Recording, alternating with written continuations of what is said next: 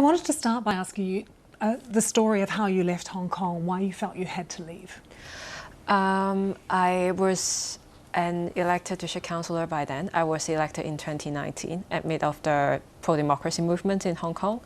And after the implementation of the national security law in 2020, there was a massive arrest of politicians in the beginning of 2021, include a lot of my closest friends and also party fellows. And then there was the controversy of forcing people to take the patriotic oath.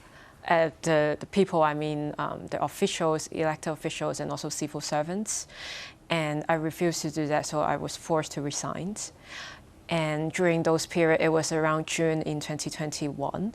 During those periods, I was being followed, surveilled, and for the sake of my personal safety and also my family's safety, I decided to flee. And how was it when you moved here? Did you feel safe? I do feel that I'm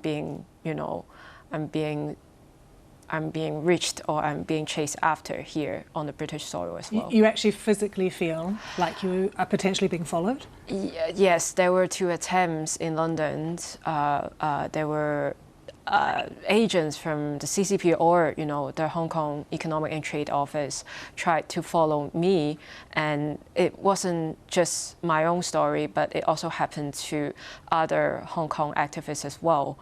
But Carmen, what about this moment that you found out that your neighbours had been sent a letter offering them money to give information about you? Did that change how you felt about this country and your safety? Yes, definitely. This year, there were letters sent to my neighbours, having all my personal details and even having my residential address on it. I do feel that it seems that they got me here. The government placed a bounty on my head. Then after you heard about these letters that your neighbours had received, what happened then? There was a police officer called a few weeks after the news broke out, and suggesting and advising a list of advice for me, advice to me in how could I protect my own personal safety. Did it also suggest that you in any way self-censor? Throughout the list of advice, you could feel that. And so that's how you felt? Yes. They're telling me to stop being so Yes. political, stop with my activism. Yes, and to lay low and to stay low profile. But what impact has it had on you signing that memorandum? These sort of protection measures has been echoing what actually the authoritarian regime wanted us to do, wanted us to be silent, and wanted our overseas civil society and overseas movements to die down as well. So it posed grievances among the diaspora and disappointment to the government. So Carmen, are you going to stay in the UK?